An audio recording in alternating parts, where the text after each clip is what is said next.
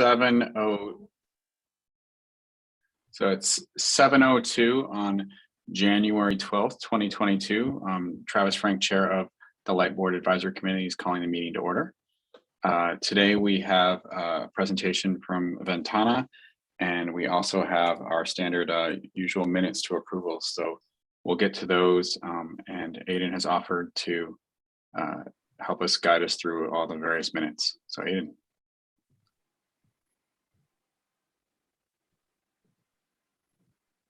Two screens here.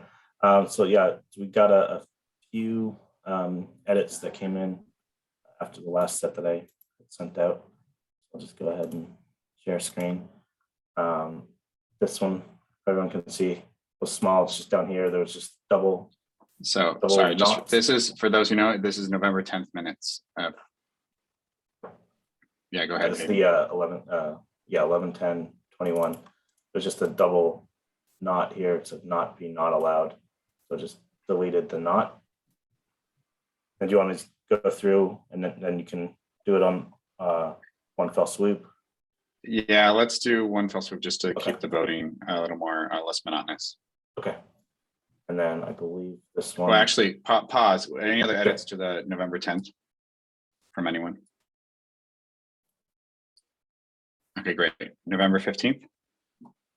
Okay, November 15th.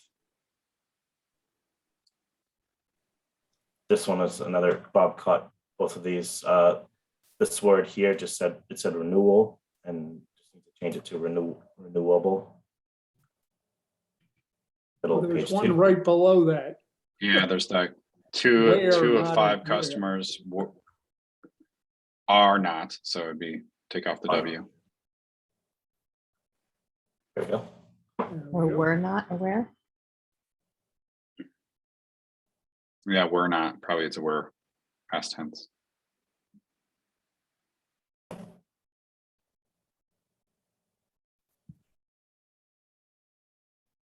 Any other edits for the minutes, the public minutes of November 15th from the committee? Okay, thank you. I guess the next one's executive session minutes. Those ones I didn't receive any edits to. And also, I think if we were gonna, I think if you make changes, you have to do them in executive session. Executive session. Yeah. Yep. So the next would be the December 15th, 2021. And Great. these I sent this on the last page I sent out earlier today. There was this paragraph or these few paragraphs, and then just changing our representative in FARC to our representative in legal.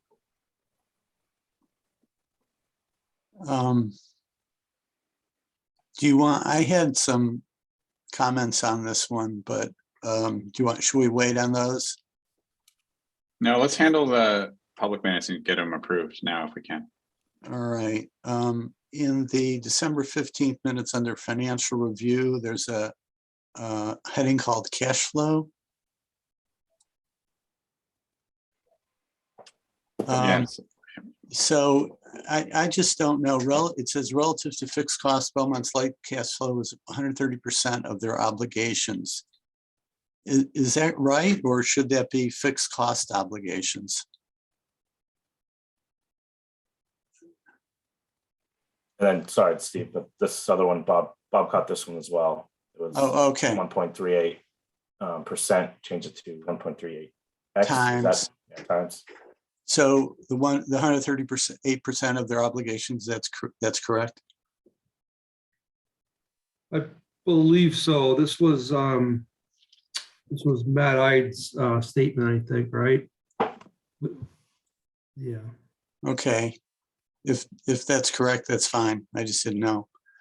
The next sentence below that, which starts with MWEC and it ends with Moody's AA3. Do you see that? Yep. Moody's doesn't have a 2A3 rating. I believe it should be A3.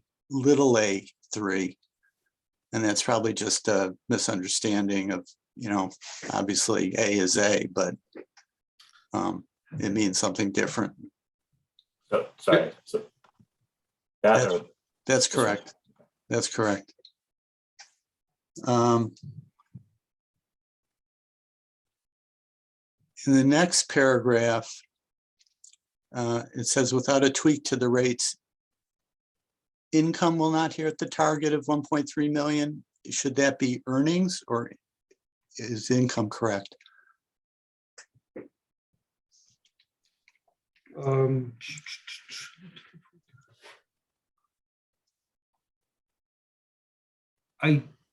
That's a good question. I think it's correct, but I'd almost want to take a look at that document again, just to verify that. Well, I believe it's correct, but. Bob, maybe it's just, Bob, would you know one way or the other? I would say that earnings and income are equivalent. Okay, then we're fine with that. Yep. If you go down a little bit further, I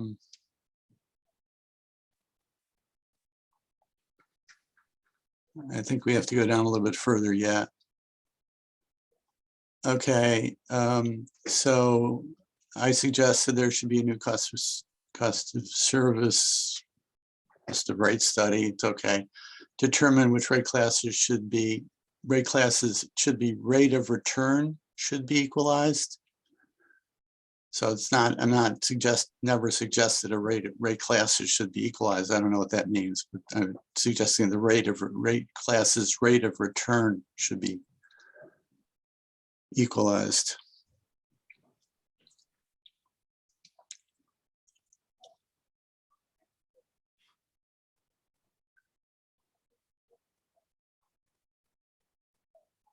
And then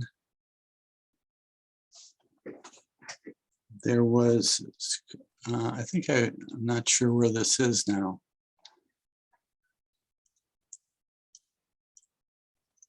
But I had asked a question about the capacity charges and why it went down. And the answer was, I think it should have been because of the capacity auction, but I think now it says option. Oh yeah, right. Mr. We just 1 second. we just had it a second ago. Yeah, Mr. Hyde said it was the Top of decline in the page 2. capacity options. I think that should be auction. Yeah, I would agree with that. Okay. That's all I had. And I just wanted to point out, Dave also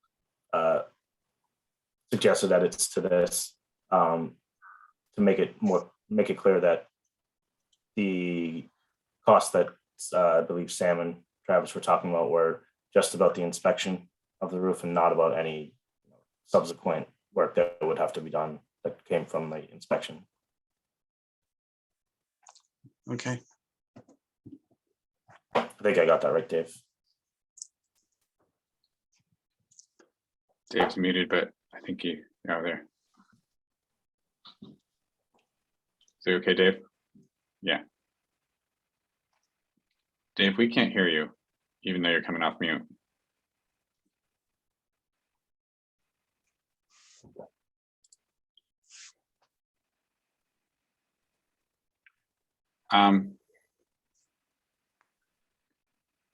Okay, you got a thumbs up, so we'll keep going with that.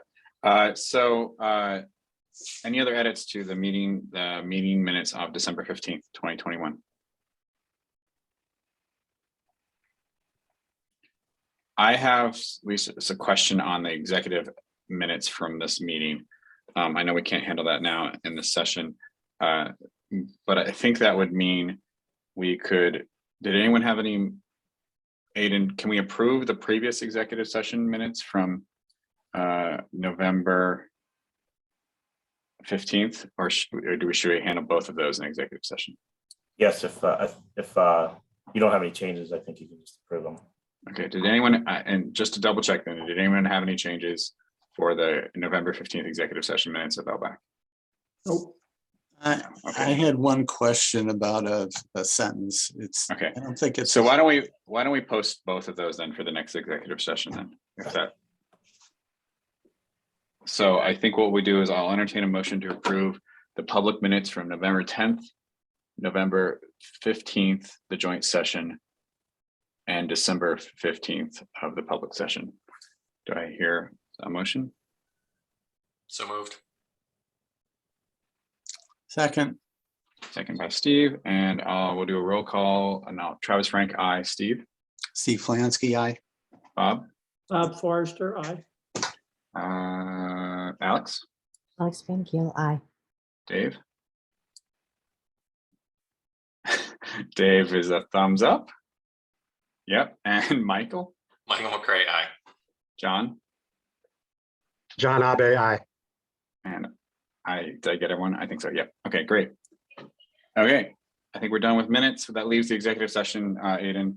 And if you could help us when we get to the next time we can approve those, that would be great. Craig, I'll hand it to you. Yeah, and so the thrust of tonight's meeting, as we discussed at our last meeting, is to hear from Ventana to walk us through a model that we're pretty excited to have. So we started working with Ventana, I think late 2019, and certainly heavily all through 2020 into 2021. Picked it back up now that we're beyond the time of use rate discussions that had taken so much of our time, but we felt this was a great time to reintroduce the model to the committee. I think some of you are familiar with it, but others may not be. So this evening we have Tom Fitterman with us from Ventana. And hey, Tom. And really, I won't do it justice, so I'll just hand it off to you, Tom, and let you take it from here. Okay, thanks. We also have on, I think, my colleagues, Ron Suter and Ben Arthur at Ventana, and our kind of co-conspirators on this work, Ben and Becca. So let me share my screen, and hopefully I'm a co-host here. Yep, that works. So what I'd like to do is give you just brief background on the project and its objectives, and then spend most of the time actually looking at the model and kind of browsing around and doing some live experiments with it to see what is possible to do. I think that'll be the most interesting way to tackle it, and then reserve a little time at the end to talk about opportunities for further development of the model.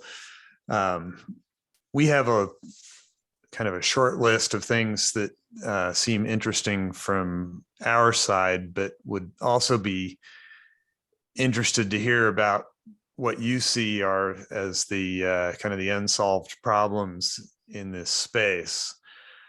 I was planning to target about half an hour for kind of the intro and tour and demo of the model, and leave a little time for discussion. Does that work for the committee? Yeah, I think that would be fine. Okay, great. So the charter that we started with actually had a fairly lengthy list of questions and features that we wanted to implement, but really these were the core issues that we were interested in. And I guess kind of implicit here is Belmont's roadmap and kind of town goals for reducing its carbon footprint. And so really the model was a way to help Belmont Light to support the town in achieving those objectives. And the centerpiece of the roadmap was strategic electrification.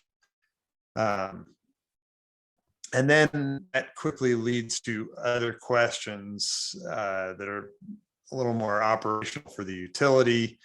You know, if you have limited budgets, how do you balance those among maintaining your services and different types of initiatives, conservation, solar, heat pumps, infrastructure for charging vehicles, and all the other things that might fit in the portfolio. And of course,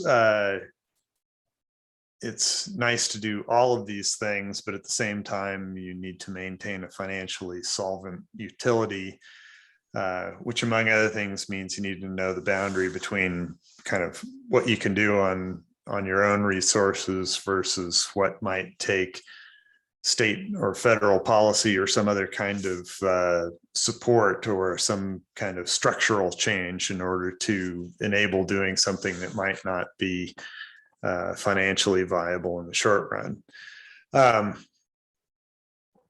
And I guess there are other goals in addition to the climate goals and the financial goals for the utility, like things in kind of the equity and justice space. You don't want to do this on the backs of low income ratepayers or have other kind of inequitable impacts on your constituents. So that's the setup. The starting point for the model was the roadmap, which has strategic electrification trajectories for primarily heating and vehicles, because those are the kind of the tall poles in the tent in terms of emissions and fossil fuel use.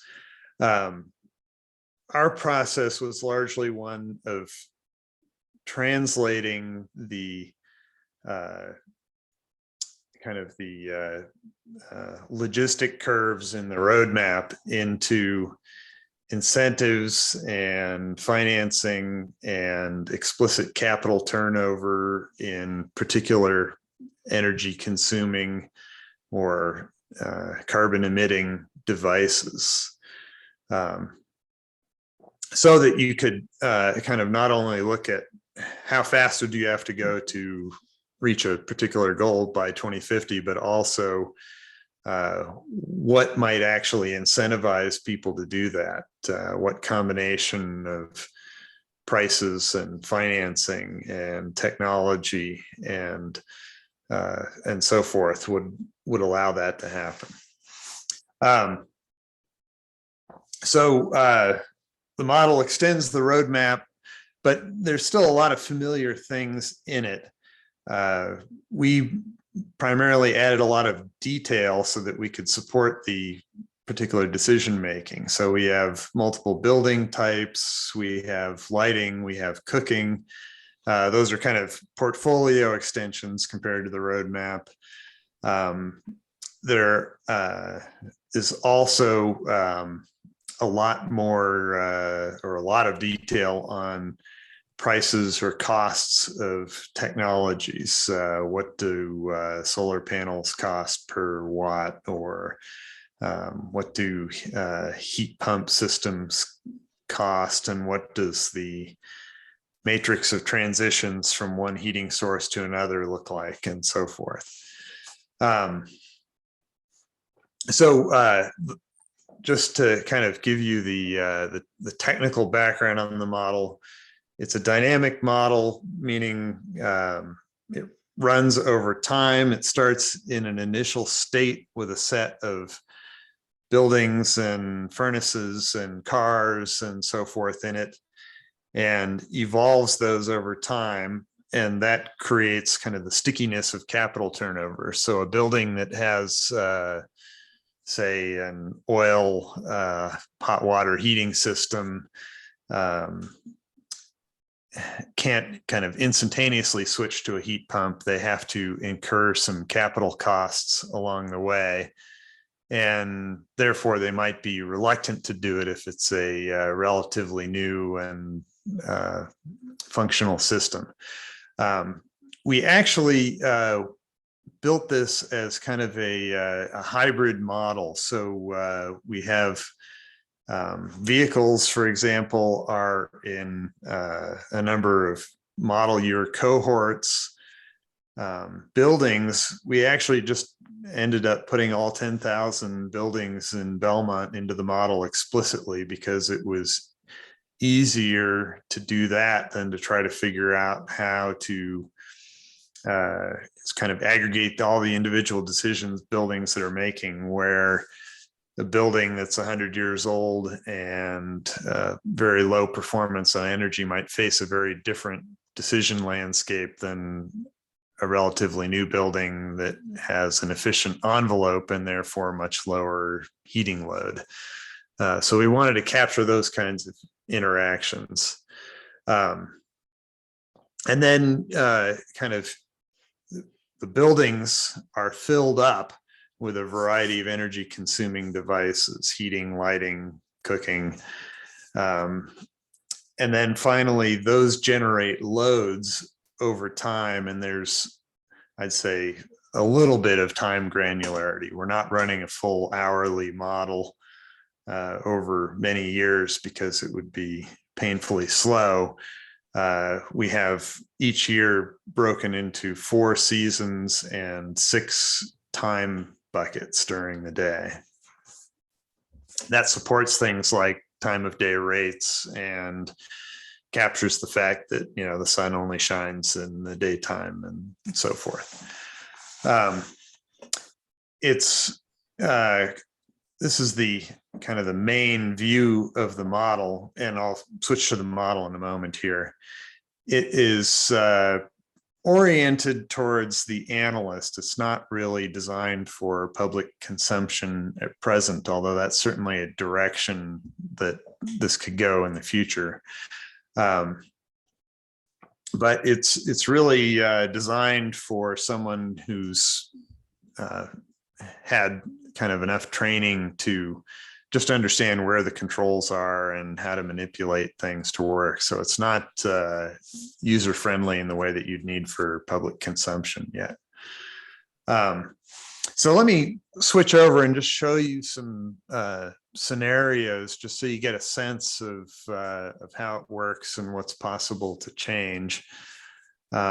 Before I do that, if there are any questions now, I'm happy to field them, and please feel free to jump in with questions as I start exercising the model. Wondering what this model is built in. It's built in a piece of software called VEIII, and we at VENTANA are the publishers of VEIII. So it's kind of a general purpose modeling package. It runs on Windows machines, and it does have some underlying libraries that could be deployed on a web server or something if you wanted to support embedding it in a web-based experience. So let's switch over.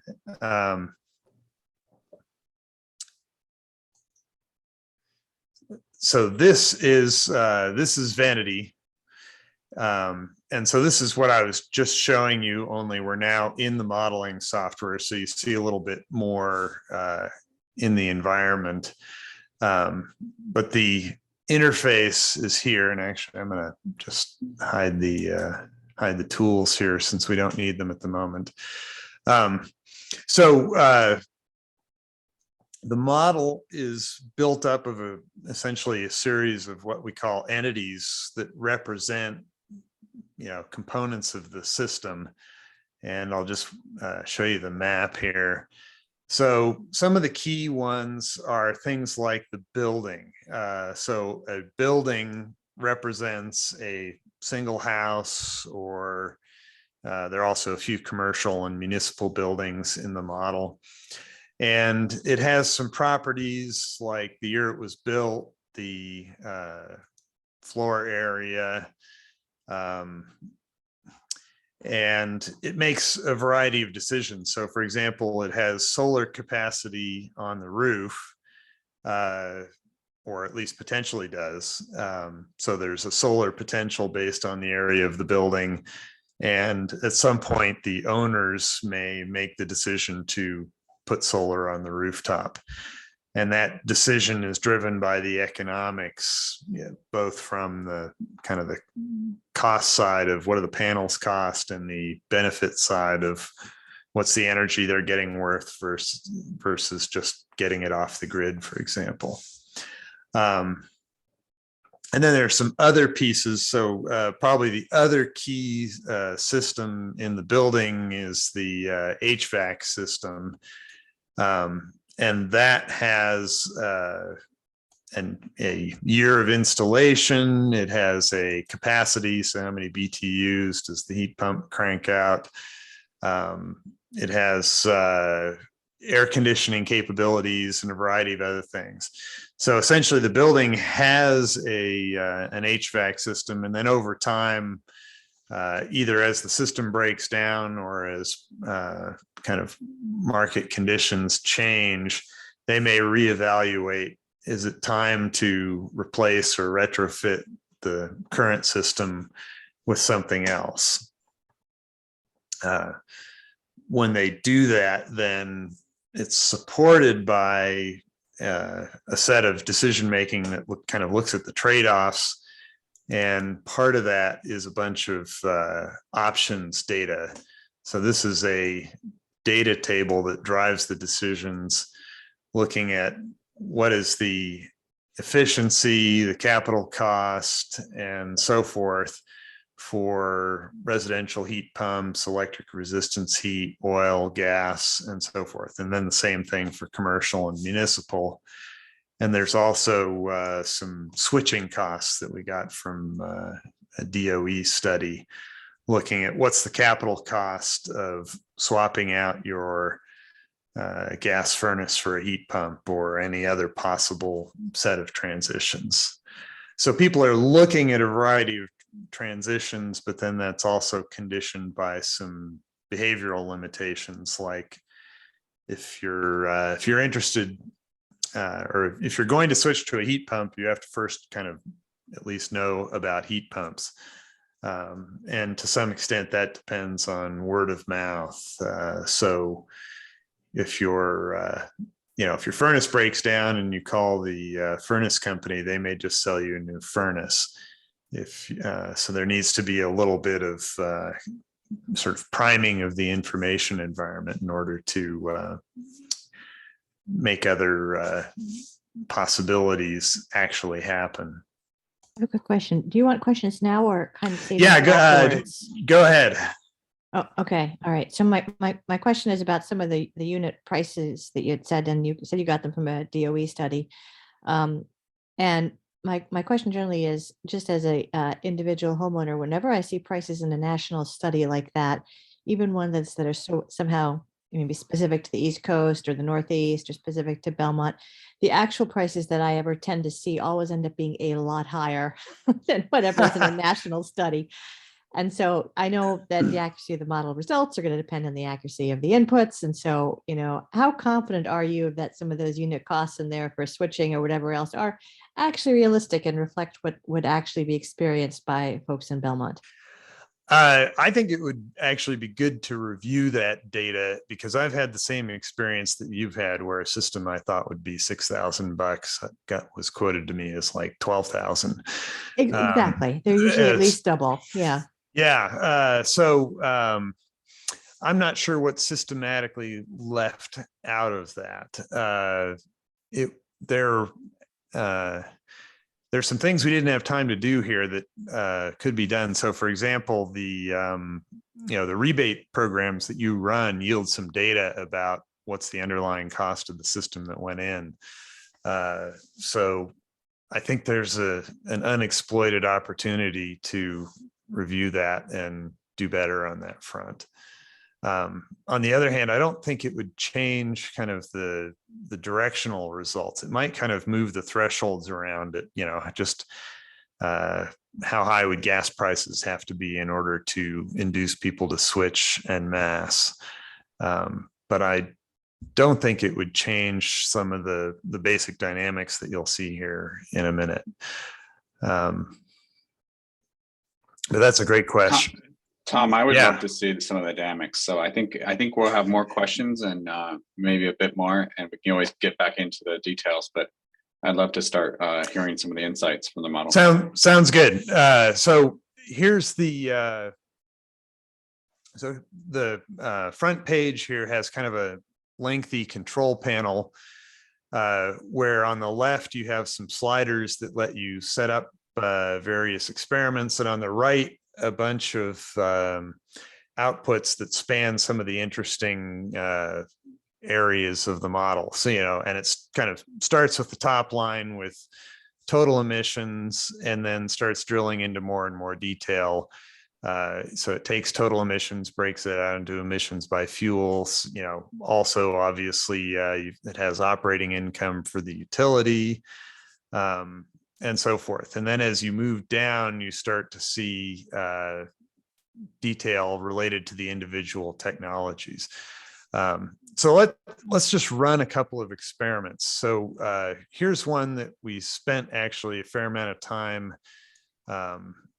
thinking about during the project, which was residential heat pump rebates. And actually, I don't know if these have been extended because we haven't been working on this in late 2021. But at the time of construction, heat pump rebates were essentially expiring, which meant that their impact was also expiring. So the switching that those rebates induced was coming to an end. So and actually, let me back up a little bit. The basic task is that you want to bring the emissions curve down a lot more than it is now.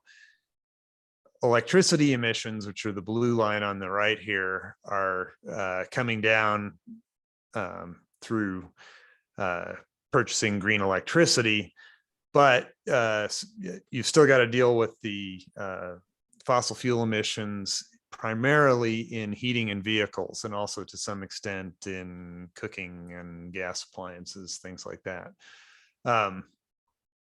So one of the things you want to do is electrify the heating loads. So one way to do that is to sustain those heat pump rebates. So I'm just going to max this out or preserve the $5,000 rebate into the future. And we'll see that in just a second here. Okay, so now you can see that the heat pump rebates have been sustained for another 10 years. And that has a number of side effects in the model. So one is, if I look over here, and actually I'll make these bigger. The rebate and the rebate outlays for the utility then are go on for another 10 years, and they also get bigger just because simultaneously the cost of those systems are coming down, so more and more people are switching. And if you look at system switching, you see now, and again, I'll pop this up just to make it a little easier to see. You can see a lot more heat pumps coming in. So this is the policy run, and this was the base case where there are basically not many. And it takes some bite out of gas, but not a big bite out of gas. So this is still not enough to combat cheap gas. And part of the scenario here is that forward-looking gas prices stay more or less constant at kind of the low prevailing prices. So that might be another place to intervene. But the interesting thing about this is that this is actually a net positive from a financial standpoint, because the initial outlays are roughly balanced by increased electricity sales. And then in the long run, when you're not spending any more on rebates, you sustain that benefit because the systems have a long lifetime. And if you go back to the marketplace here, and again, look at systems, you'll notice that the number of systems then remains fairly constant or grows slowly into the future. Doesn't go back down when the rebates expire. And that's a combination of greater awareness and the stickiness of the long capital life for these systems. So that one's a pretty clear win-win. Excuse me just a second. Do you have is there a page which lists all the assumptions you're making in terms of switching and, you know, how much gas prices have to go up for someone to switch to something else? Because those would be critical, right? Right. And so partly a lot of that's documented in some PowerPoint decks that we produced along the way. I don't have it at my fingertips here. But yeah, so, you know, there are a number of key assumptions around, so it's partly in this options data that I showed you a moment ago about what's the capital cost of switching from one system to another. And then it's partly in some price elasticity assumptions about how sensitive people are to different technologies. And I can't kind of instantly show that to you, but we do have a bunch of documentation on that, but that's also actually on our to-do list, is to expose more of those assumptions in the interface so that you can play around with them and see, because they are obviously critical to the outcome. Steve, do you have a specific question, like a specific value that would be useful for you to hear? No, like, you know, as I guess Tom was saying, the price elasticity is really, you know, trying to figure that out, and whether that's the same in Belmont as it is in Arizona or some other place is something that I think people have tried to noodle about, and not always clear to me what the right answer is. So Right. I mean, there's, you know, boundaries on it. So, you know, you may be high and low, and that might be helpful as well but I don't have a specific question, just generally the assumptions, as Tom said, are important. And of course, you know, we try to base this on the literature, but it's an area where there's enormous disagreement in the literature as well. I don't remember off the top of my head for HVAC systems, but for vehicle choice elasticities, you know, you see ranges even that include things that are sort of physically impossible in the estimates in the literature. So there really needs to be some filtering. Let's see. So, Tom, I've got a question on this scenario, which is, you mentioned it was win-win, meaning I think the win is emissions and the win is revenue. Those are two wins, but I'm curious about what the rate would, the impact of this policy on rate, or so more here broadly, just how does increased revenue affect rates and that kind of things? So here rates are flat. So grid prices are, you know, it's open loop. So grid prices are an assumption, not endogenous to the model, except to the extent that if you shift your load around to more expensive times a day, then your aggregate rate would have to go up to pay for that. The rate interactions get pretty complex here. I think in this case, the overall impact is pretty marginal, but what we could do, there's a kind of a heuristic adjustment of rates in here that allows you to make them dynamic. And I'll just see what happens if I automate residential rates. My guess is they actually could probably come down just slightly if you wanted to maintain essentially the same operating income level in this case. So the rate, I guess probably the insight here is that the rate impact would be pretty neutral in the short run, because the additions to electric load from the devices are roughly covering the rebates pretty quickly. Okay, so so has there been much digging into? I kind of get the sense that the answer is no, but so you don't have to like do it on the fly. But has there been much digging into anything like what's the, I don't know, the way to get the deepest emissions with the least impact on rates, or even a way to cover, decrease emissions and become green but lower rates? I mean, or anything around that aspect? So we haven't done a lot of kind of attempted to policy optimize a large scale long-term portfolio with this. So I think that's probably another thing that should be on kind of the opportunity list. Let me just kind of jump ahead and run a near max portfolio. So this is a portfolio with high heating system rebates, EV, rapid cost improvement in EVs. That's something that comes from outside of Belmont. Lots of solar on the rooftop and so forth. So I just switched to a data set that essentially loads kind of a canned scenario here. And let's see. So with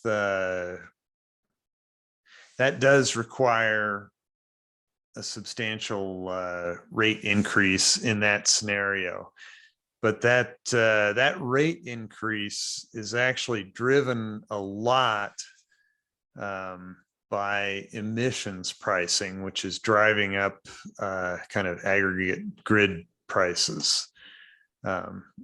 So one of the general observations here, when we ran that heat pump rebate, on the one hand, it was pretty effective at moving people into heat pumps. But on the other hand, it didn't drive people out of gas, because their cheap gas systems are working, and there's some, so partly there's the long lifetime issue, and partly there's just the capital cost stickiness of the cost of switching from one technology to another. That makes it hard to essentially move people off of gas. So you need something else to make gas more expensive to induce them to leave that technology. So it could be kind of bigger financing to sustain the switching or something, or maybe roll their capital costs into the rate base in the future, or into their bill, essentially financing.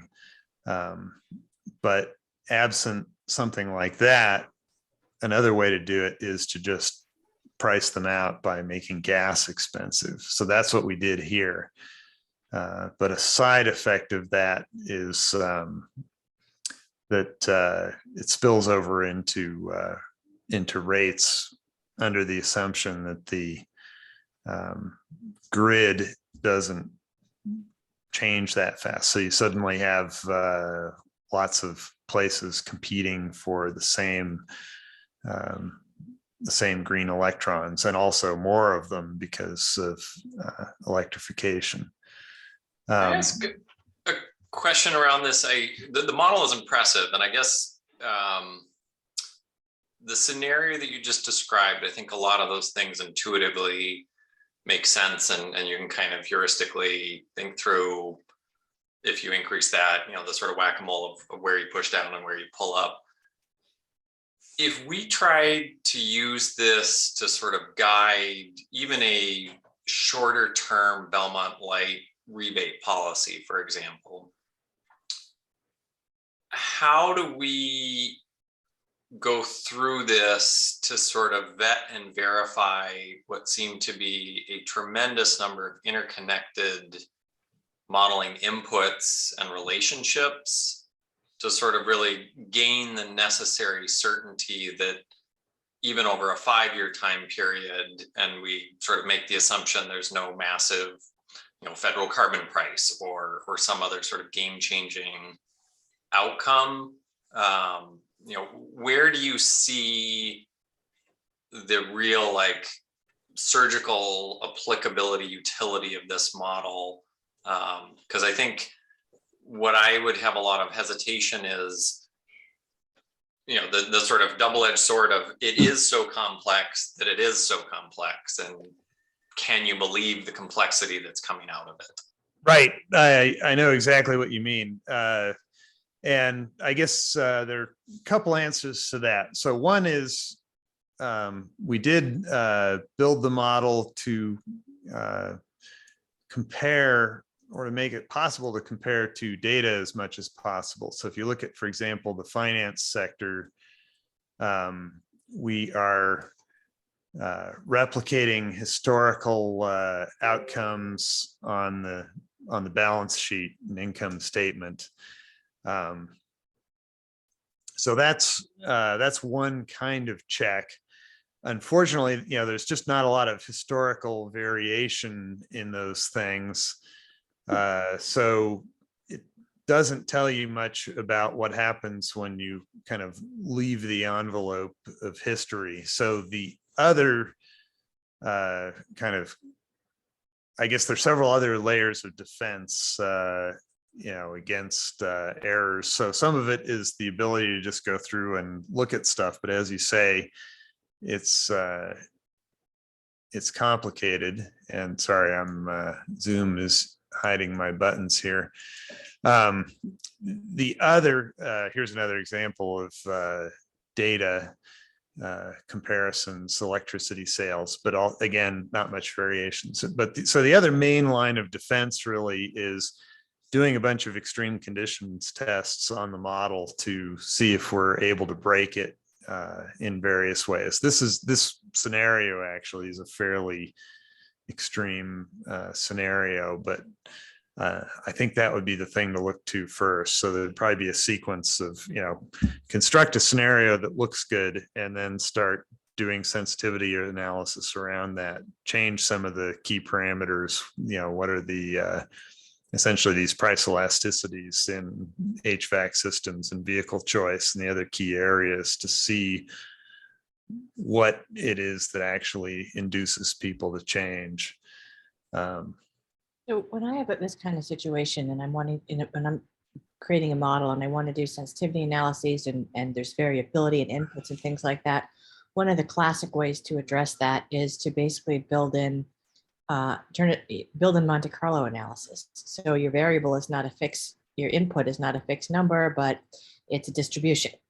And then Right. You do Monte Carlo and you run it 10,000 times or whatever, and you see what the distribution of your results is based on one or more of your variables being represented as distributions rather than fixed variables. So is that something that you have done or could do?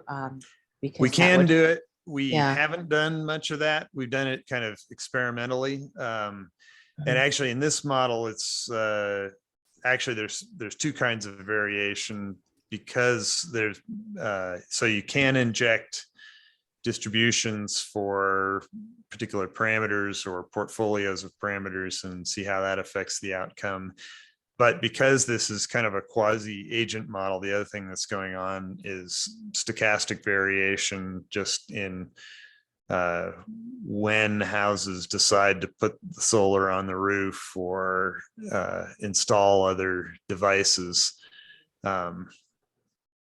So there's also some randomness there. And what we've discovered is that it does take experiments with portfolios of simulations just to make sure you understand the kind of the envelope of possible futures from a given policy.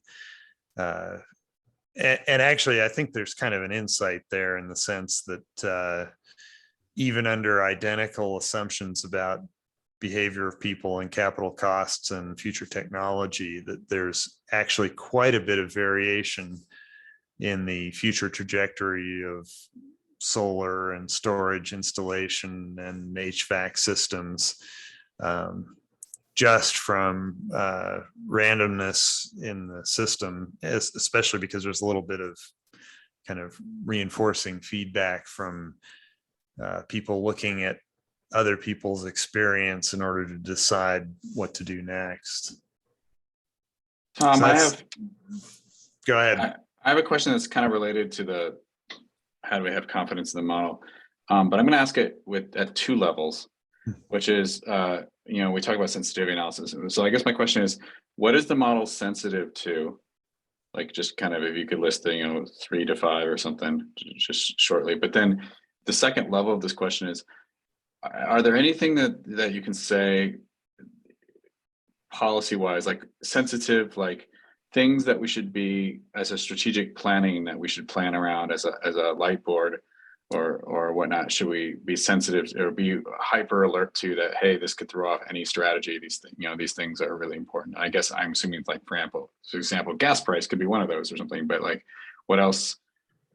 Yeah, so some of them are these scenario inputs. It's the future fuel prices. You know, another key one that's really just a driver that Belmont by itself can't do much about is the vehicle, the EV adoption trajectory, which is substantially driven by factors outside of your control. That's probably another big one. I think maybe the third is one that you folks already picked up on, which is the price structure of capital in the HVAC systems and the sensitivity of consumers to those prices in the switching process. I think those are the some of the big ones. I guess one other big one that's kind of in the outside the boundary is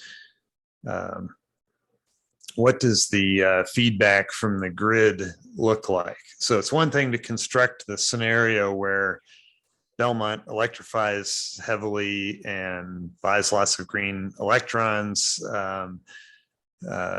But I think there's an underlying question of what happens when everybody does the same thing at once. There's kind of a rush for the door and potentially a bottleneck.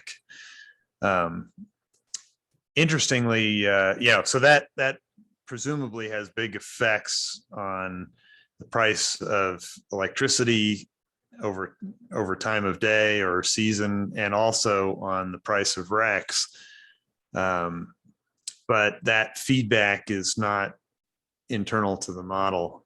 We actually had a conversation with ISO New England about this, and we were just kind of interested in what their strategic planning process looked like with respect to that problem of, you know, how do you kind of get the grid to anticipate a big push to electrification. And we were pretty, maybe in hindsight, it makes a lot of sense, but actually we were pretty surprised. Their answer was basically, we don't think about that, that level of policies above our pay grade. Just kind of give us the corridors or tell us what you want the system to do, and we'll make sure that it runs with stable prices and keeps the lights on.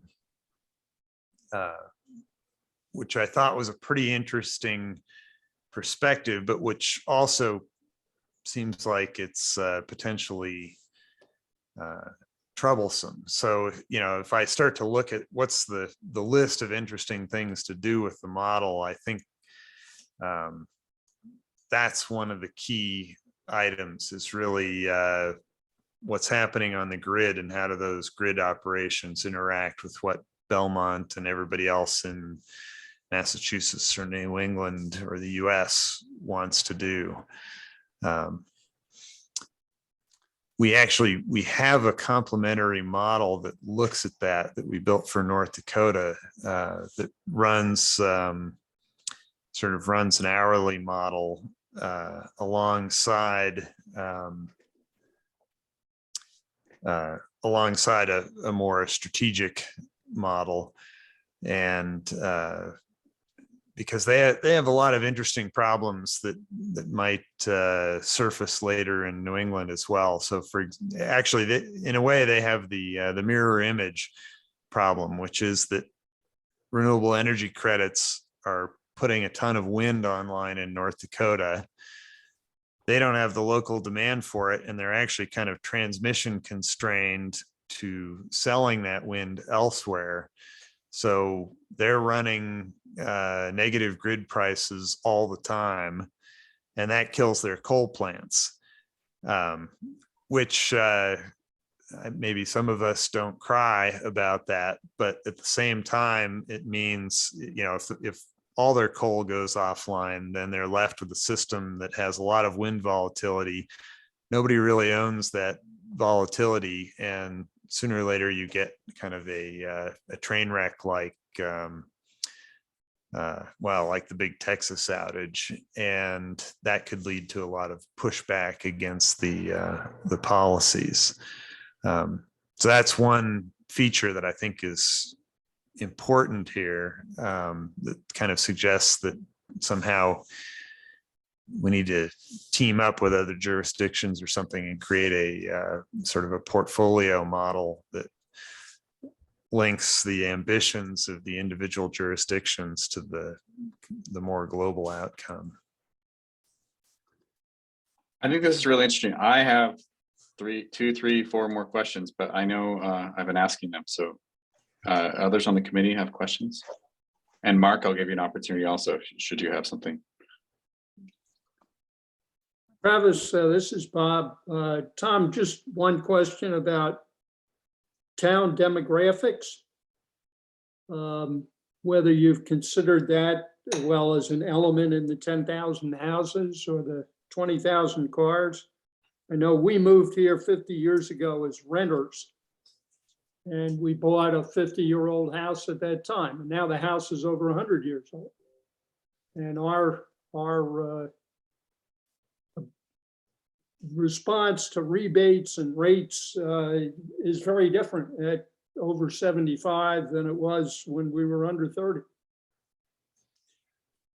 Right. And I assume that affects, commuting and all sorts of other things that might be relevant. I'd say we didn't give that too much thought, partly because we have visibility of all the buildings, because the building data set's readily accessible, but we don't really know who's in those buildings. We can infer something about them from the size of the building and whether it's single or single family home or a multi-unit or something else, but we don't really have the ability to correlate, income and employment status and things like that with the individual buildings. So there are some things that matter. So for example, one of the policies in vehicles that works is just removing the renter barrier. So there's a barrier where people are in say a multi-unit place where they can't just put a charger in their garage because they don't have on-street parking.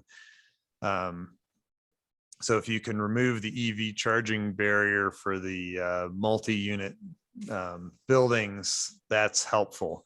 That's the scale of that effect is pretty speculative, I think, but I think it's also non-zero, and it also suggests something that the utility can do that's not super expensive, but might take some kind of structural changes to figure out how to get electricity safely under sidewalks or something to make that happen. So there are some things like that, but I don't think we've explored that very deeply.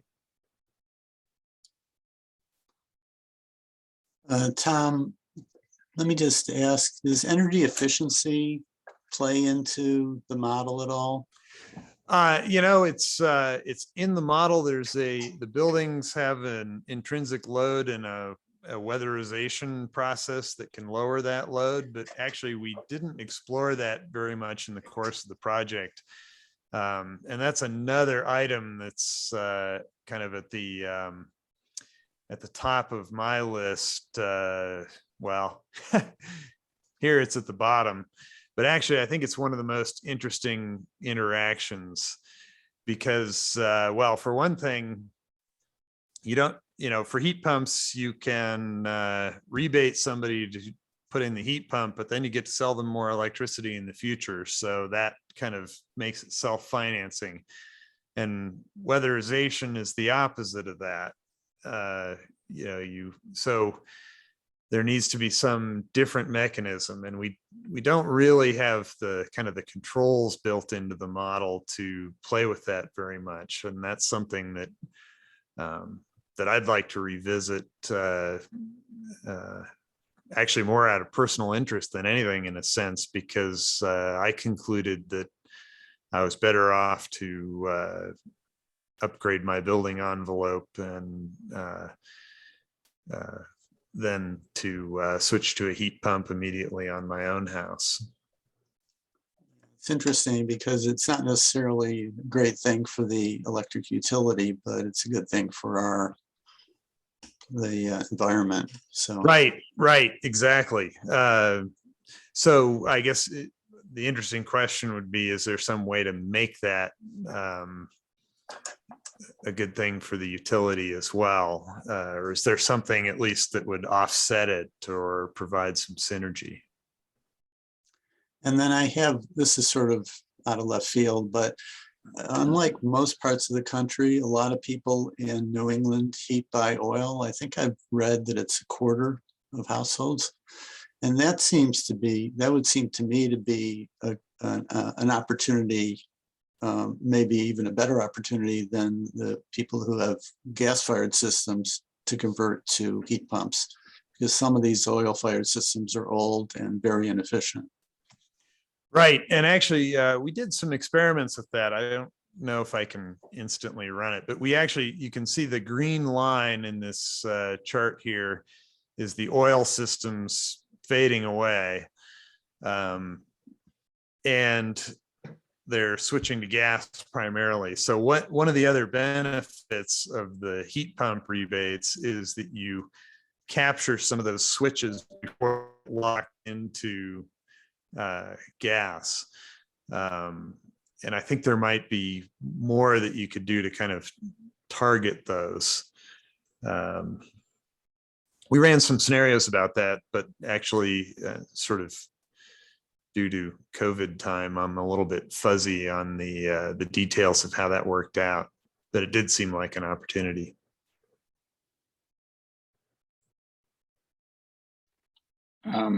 I'll throw in a question, but again, open to others. This one might be easy, but have you considered a ban gas scenario where instead of pricing gas out, you just prevent new builds, which is something that Belmont has discussed, or the Energy Committee in Belmont has discussed? Yeah, there's a future new fuel permissibility parameter here. So I can just say no new oil.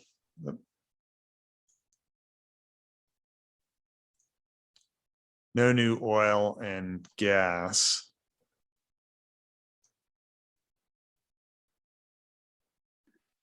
I'm not sure, Craig, this is something you can advocate for, but I assume it's probably it could be part of the argument of like, hey, this proposal is good for the town because it's good for Belmont Light. Yeah, and so it certainly works. So you can see the gas line is just sort of cut off here. But the interesting thing is actually, I think from an emissions standpoint, this may have been a net negative, because what it means is then a certain number of people just kind of keep that oil system, they run it out further into the future. So it's not a net negative, but it does mean that oil emissions get sustained longer. But it's possible if you combine that with the heat pump rebate, so then you can kind of capture 100% of those oil users on a heat pump, that works better. So that starts to look better. And it's okay from a financial standpoint for the utility. It's a modest improvement from an emissions standpoint. I notice here it's on this is the bottom quartile of building sizes essentially. So their outlays go up. And I'm not sure why that is, because oil is fairly expensive to operate. So I'd have to spend a little time kind of browsing, tracing Is that back. Is that their total energy costs, or is that only electricity? You're right. So that's only electricity. So it might be that their total energy cost is actually neutral. Yeah, that's probably it. So Travis, I know we're running long here, but Tom, what did you model the grid as, how efficiently the grid is turning over to renewables? Is that part of the modeling you've done? No, we didn't. The grid is basically a supply curve here. So we didn't model that. So the way it's, let's see, I guess the way this is working is the utilities buying RECs to offset any emissions that are otherwise embodied in the electricity it's getting off the grid. But we didn't get into any detail about how fast the grid transitions. Can I throw a couple of questions in here, please? Yeah, please, Mark. As a non-technical person, Tom, fascinated by this presentation, a member of the select board, also a member of the municipal light board, at least for the next 3 months or 2 months, I should say, till we have an elected light board.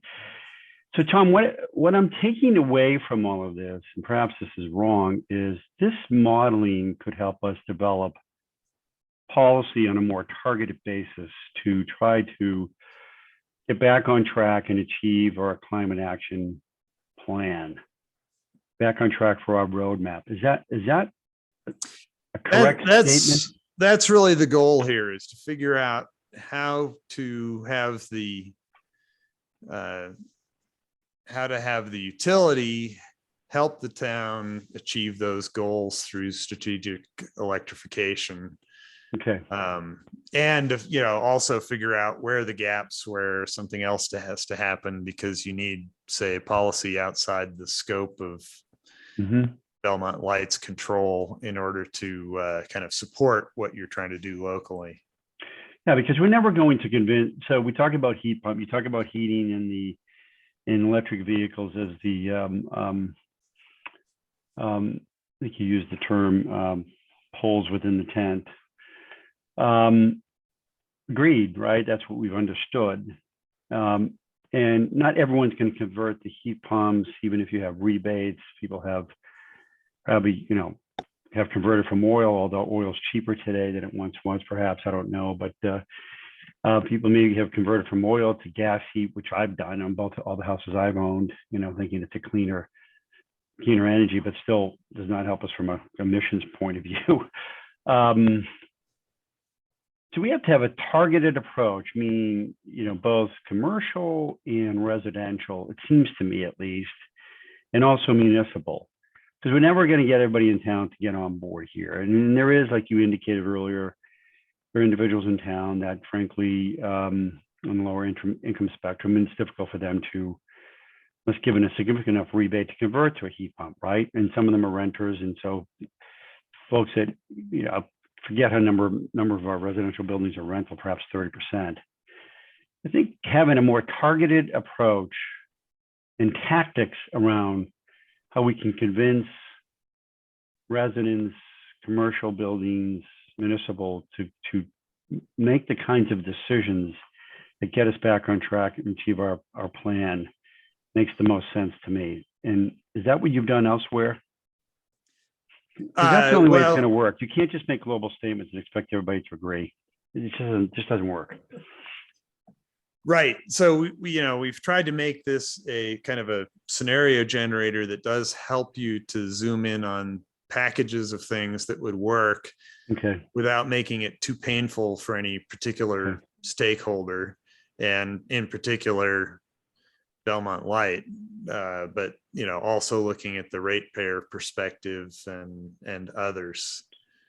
But I want to institute policy, and look, this can be on my sort of authority in 2.5 months here, but you want to institute policy, Tom, that is going to be, and I know you can't predict perhaps the future, maybe this modeling does, but you want to just establish a bunch of policies that really aren't effective, right? I mean, they make sense to establish them, but you want adoption of policy, to some extent mandates, if you will, that are going to work and are going to be effective. And isn't that what we need to get to, rather than establishing a bunch of policies and having roadmaps that everyone sort of nods their heads and agrees to, we vote for it. We need to, I think, be more granular about this in order to achieve what we need to achieve. And to kick the can down the road, which we do, the state does, the country does, the world does, to say by 2030, by 2040, by 2050, we're going to be reduce our carbon emissions to zero. I mean, that's what seems to be happening throughout the world. And I'm not certain we're going to get there unless we have sort of initiatives and policies that we know are going to work. Yeah, and that certainly the world is littered with kind of promises of achieving various kinds of goals. And so that was the motivation for making this concrete, is figure out what can we do now that that is actually going to work. Yeah, fascinated by it. Thank you, Tom. Thank you, Travis. So I think I could, is there any other questions from the committee members? Well, then I'll have one, Tom, don't need to demo it, but relating, maybe transitioning from Mark's question about project and concreteness is, can this model help us understand what the benefit of producing more power energy within the Belmont border be, either through storage or through a solar farm? Is there something about insulating Belmont Light through from the grid prices and the volatility there? I think it's underdeveloped. So we certainly have solar and storage somewhere here. So here's solar and storage capacity not changing much because this is close to the base case. And there are some sort of policies. Well, they're not really policies in the sense of, the rebates or things. It's simply a way to kind of, as a scenario experiment, what if you accelerated the penetration of those things? But would that be within Belmont, right? Not right, within, like, the state of the grid. Belmont. Yeah. Okay. But I think the piece that might be missing is related to kind of the time of use, the interactions. And this was on my short list of things to think about too, is you've got a bunch of things that are interacting with very fine time granularity. There's the price of electricity on the grid, and there's maybe responsive load technologies or other things that customers might have, smart metering, all that sort of stuff. And then there's solar and storage, which have so the solar has a very strong time profile, and then the storage is a way to kind of buffer that. And it turned out in this model that I think we could only get kind of a glimpse of those dynamics, just because we don't have enough time resolution. We have sort of too many buildings and not enough hours. So there might, if you really want to get into that, I think there's a complementary model which is more time detailed and less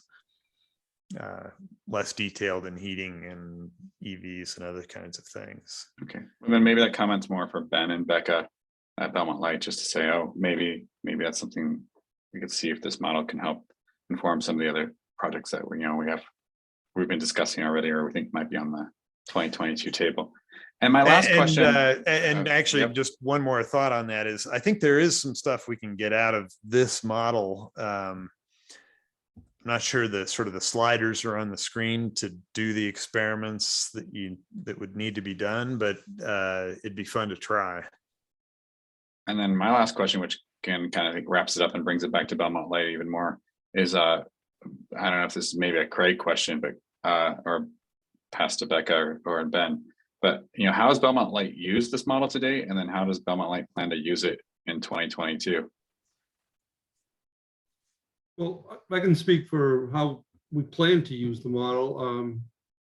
I think that as you know, we have a limited amount of resources to invest in our rebate program. So really, what excites me about this model is how we can drill down and really find where to put those resources so that we get the biggest bang for our buck with our programs, whether it be in behind the meter battery storage or some of the other programs that we have out there.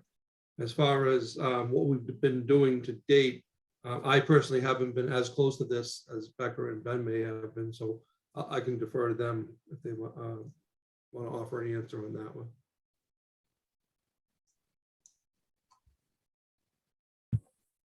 Either one. Oh yeah, I'm here. Sorry, I was trying to get my camera here, but it's not working. So let's see, what was the question, is how we're going to use it? So I think there's a bunch of ways, but in a nutshell, I want it to help support and organize and guide our energy planning. I think that we have this big challenge facing us, which is how are we going to hit the targets and the goals set forth in the roadmap and in our own strategic plan? And Ben, me, and Craig and the others are just like, how are we going to do this? And we're hoping that this tool will illuminate feasible pathways for us to hit nearer term goals and then also to sustain them through 2050, really. And then there's also a great facet to the model where we can look at things from a holistic view. We can see how our individual decisions stack up and interact with each other. And I think that's something we've been missing in our planning the past few years and since I've been at Belmont Light. So I'm excited about that. Travis, I think your first part of your question was, have we used the model yet? And to be very honest, we haven't had the time because of time use and other initiatives to really dig in, but it's one of our priorities for 2022 is to really utilize and optimize the model. Do you feel you have the capacity, you and Ben, to use the model, or is there an ongoing relationship with VENTANA? That is a great question. I think we're always going to have to rely on VENTANA, and they've been really great at putting up with our pestering. As you can see, I think we finished the model in March 2020, Tom, and we're just getting you to come in and present the model now. So they've been very tolerant of our timelines. And I do think that Ben can answer this, but he's spent a lot of time learning the model, and I think he has a pretty strong handle on how it functions. So I think we're pretty good there. The other thing I wanted to say, Travis, if that answers your question, is that to Mark's question earlier about hitting the roadmap targets, that's an explicit input that we designed. Tom, is there any way you could show that graph? That was one of our main. Just discovered your chat comment. So yeah, there's a whole tab that helps us see how we're tracking against the roadmap goals. So on this view, the dotted lines are data captured from the roadmap supporting spreadsheet. And then the fine lines are the base case and policy case in the model. So you can see that at the moment here, I think I only moved one lever and we're not achieving the roadmap goals. We're quite a ways from it. So question is, what combination of policies hits these targets and preserves the financial health of the utility and the ratepayer interests and other additional goals.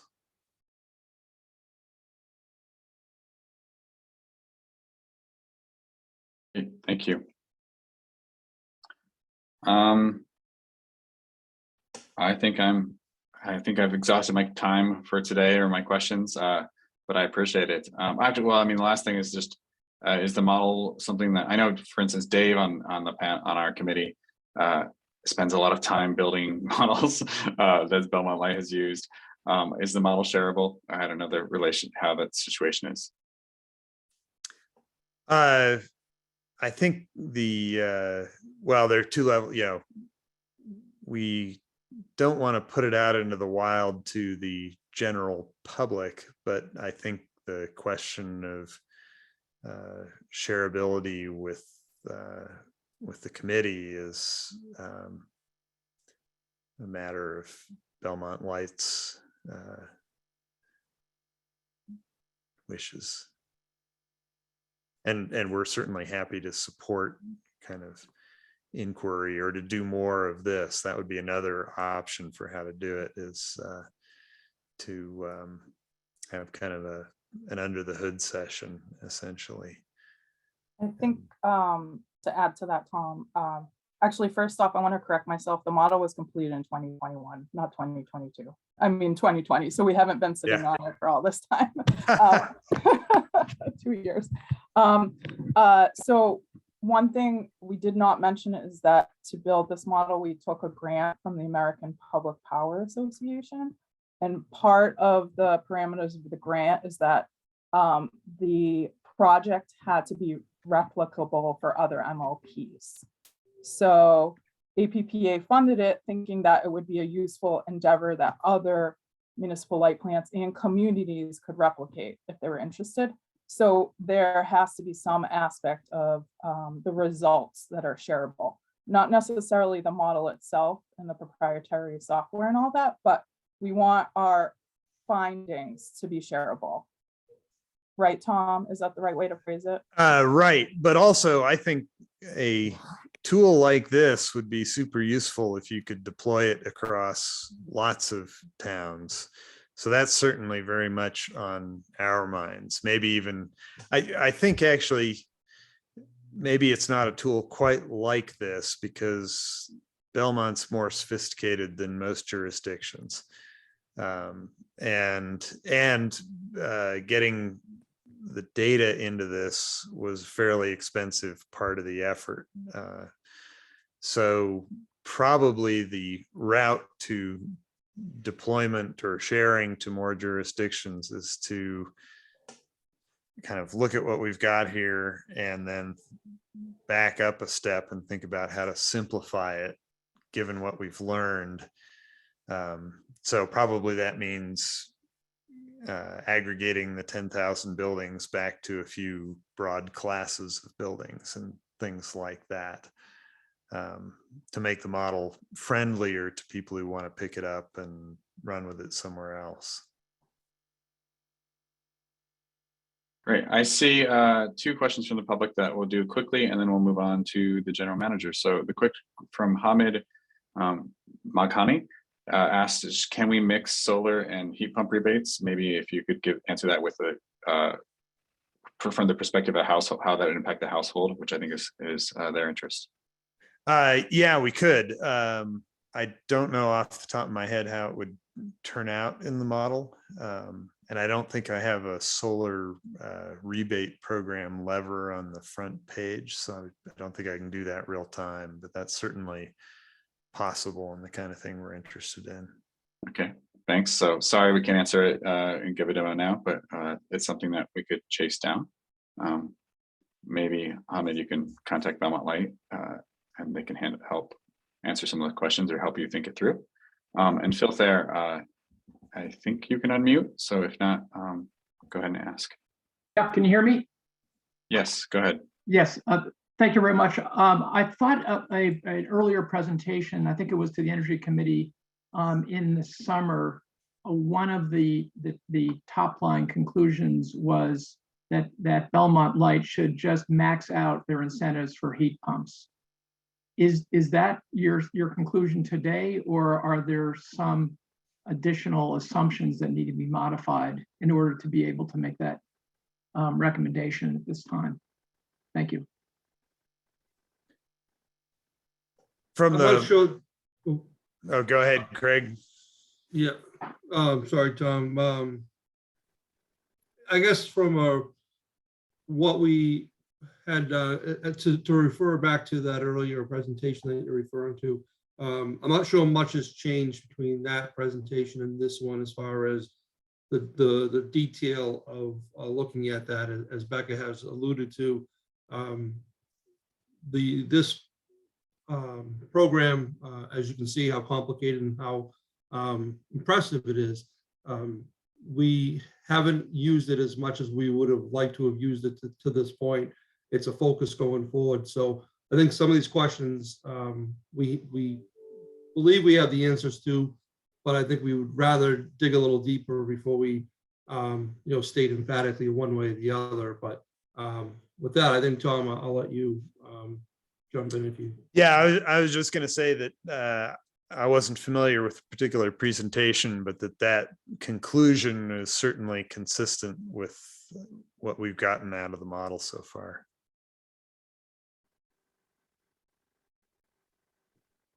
Oh, great. Tom, Ron, Ben, thank you for all your effort and time. I know in this presentation today, I know it's really interesting. I'm sure, as you can tell, the committee has modeling folk on it, and lots of questions around sensitivities and parameters and assumptions. So I'm sure it's very interesting. Could spend a lot more time on it, but I appreciate it. Well, thanks. You seem a really interesting bunch. I appreciate this interaction, and I hope there will be more sometime. And thank you, Travis, for leading the discussion, and thank you, Belmont Light, for a really great project. And we look forward to supporting going forward. And as Tom said, hopefully finding other municipalities that would be interested in extending the capability. But thank you very much. Great. Happy New Year. Happy New Year. Stay healthy. And Craig, I'll hand it back to you for the general manager update. Okay. Tom and Ron, yeah, you guys are free to go. Thank you very much from Belmont Light. Thank you. Appreciate the support this evening. Thank you. Great talking. Thank you, Craig. Thanks. All right. Craig. So this next agenda item I put on the agenda. It came up at our last light board meeting, and there was some, I don't want to say confusion, but maybe some misrepresentation of what the voting structure would look like for the light board. So I just put it here so that I can clarify any questions that may be left or lingering from it. But basically, what happens for the seats that are open for the new light board, there's as you all know, a one-year seat, 2 2-year seats, and 2 3-year seats. Candidates will pull papers for a seat, whether it be a 3-year, 2-year, or a 1-year. And then the top vote getters in the 3-year seats, the 2 top vote getters will get those seats. The people who pull papers for a 2-year seat, the 2 top vote getters will fill those seats. And then the top vote getter who pulls papers for the 1-year seat will fill that seat. I think previously what was stated was the top 5 vote getters in general will get assigned seats based off the 2 3 years first, the 2 2 years, and the 1. So a little bit of a difference. And I just wanted to kind of clarify that and make sure that that was understood, and answer any questions around that if anyone had questions for it. Cool. Go ahead, Mike. That's helpful, Greg. Thank you. Do you know, does that term length perpetuate? As in, do you run for 2 years and then in 2 years you have to run again and again and again, 2-year, 2-year, 2-year, or? Nope, just the first staffing of the office. So what happens is after the initial term, so whether it be the 1 year the 2-year or the 3-year. After that initial term, there are 3-year terms from that point forward. Gotcha. So this is Thank you. only the initial staffing of the board. Okay, and a follow-up question to that would be, if an individual was elected on to one of those 3 term options, when they come up at the end of that term option, do they have to go out and gather signatures again to be revoted, or Yes, are you you have to have nomination papers every time. every time? Mhm. Fun. Can I ask a question, Craig?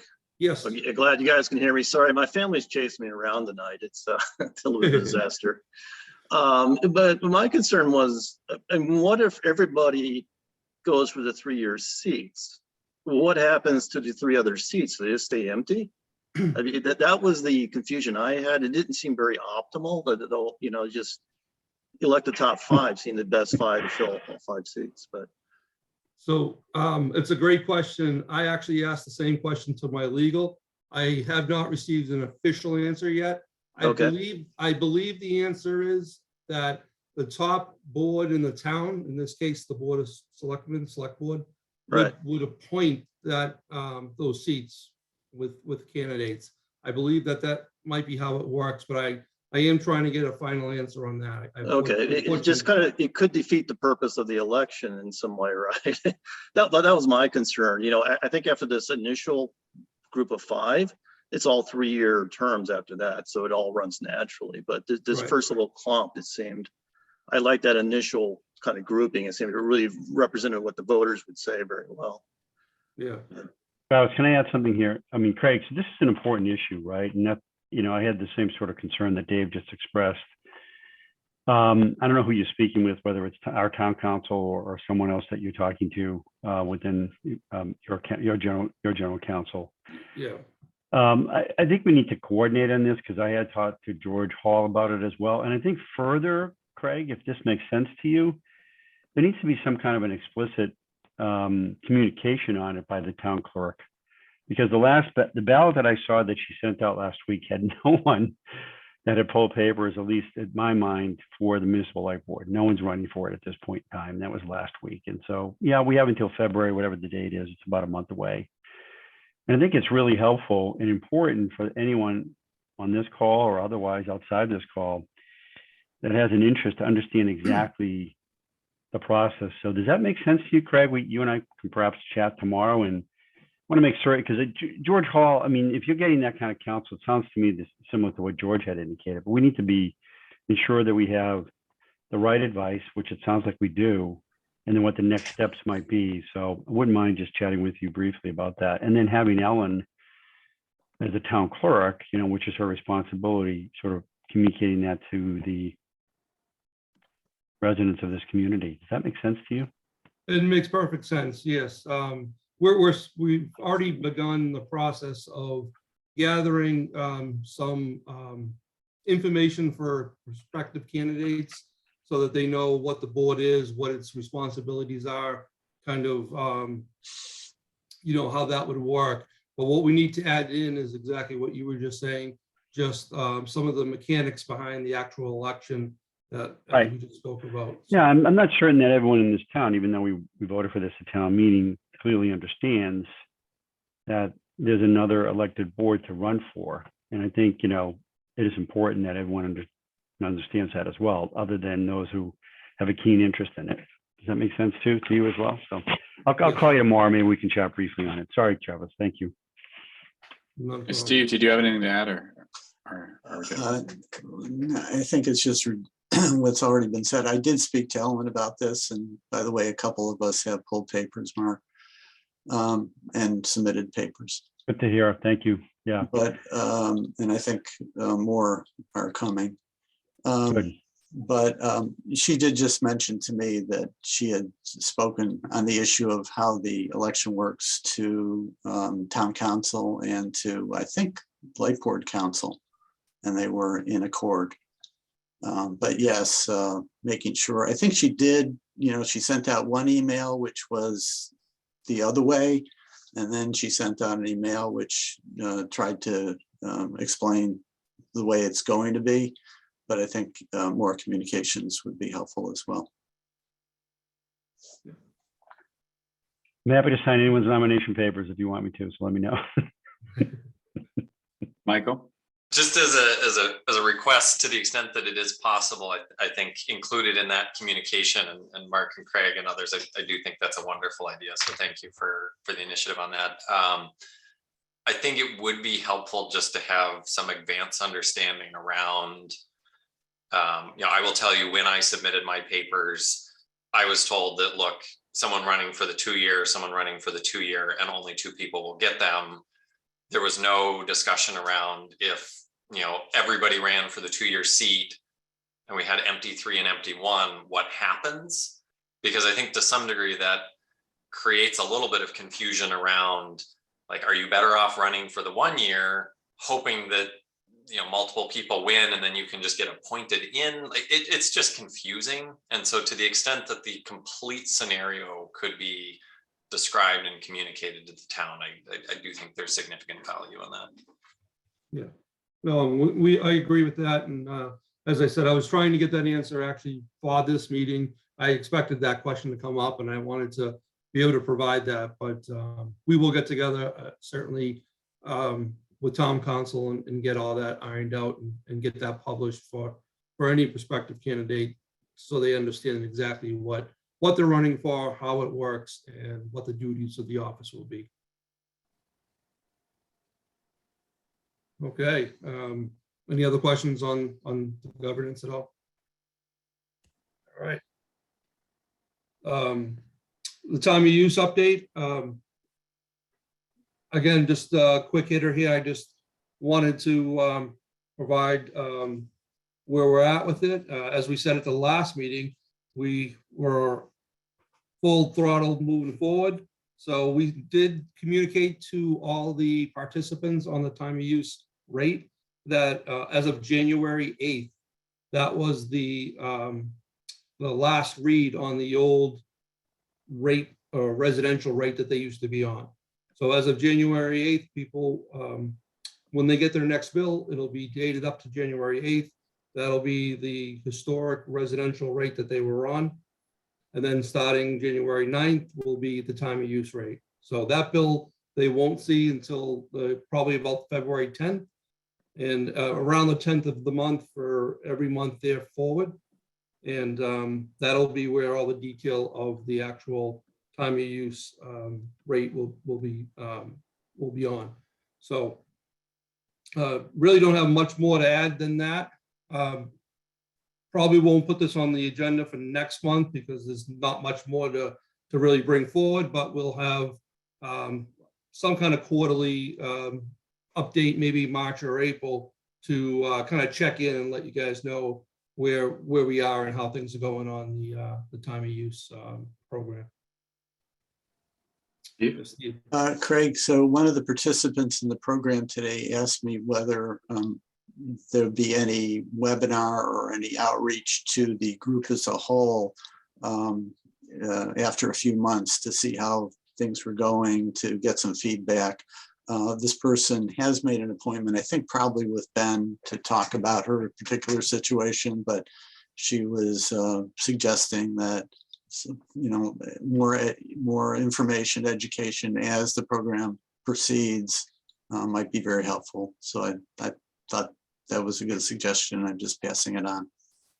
So I appreciate that, Steve. Our intention was to stay in communication with all the participants as best we can, and do those check-ins type of thing. So we'll make a point of trying to put something together and answer any questions or bring up any facts that we need to provide. So that's a good suggestion, actually. I just want to say, we are past January 9th, so the whole thing is released. So congratulations, Belmont Light. I know there was working with vendors to get the time of use price, the billing system updated. I know, we had to change all the meters anyway. So good job pulling it all together, and congratulations for launching it. Oh, thank you. I appreciate that. Anyone who's been deeply involved, such as Ben, Becca, our meter department, our meter installer, can tell you it was an all hands out in the last month here to update the meters, get those ready to go, get the billing system tested and ready to go. And we're excited to move it forward and start to really evaluate it and evaluate what the outcome of it is. So I'd like to second Travis and just say, as a participant, so far it's been smooth and so far good, so good. that's good to hear. You haven't seen your first bill yet, Dave, so I don't know what you're talking about. Mark, did I see your hand up or is that? No, okay. Great. Thumbs up, CHENERY. thank you. CHENERY Solar. Yep, and I got Sam on the call here with us tonight. I'll let him speak to CHENERY. He's been shepherding this project for quite a while now, so I'll let him speak on it.